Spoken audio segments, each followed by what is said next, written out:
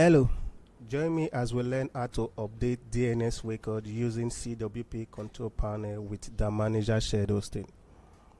First thing you need to do is log into your control panel. Look for the DNS function at the left sidebar and select DNS Zone Editor. Select your domain and click the Add Type record. From the drop down, select an A record.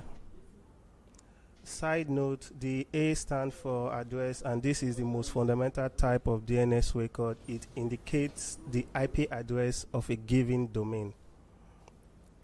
Fill out the fields below with your IP address of the server, and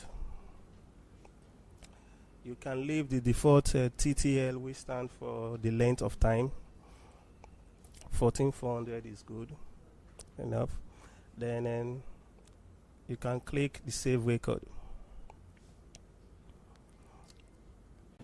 So that's it. You have successfully changed or added a DNS record in Control Panel.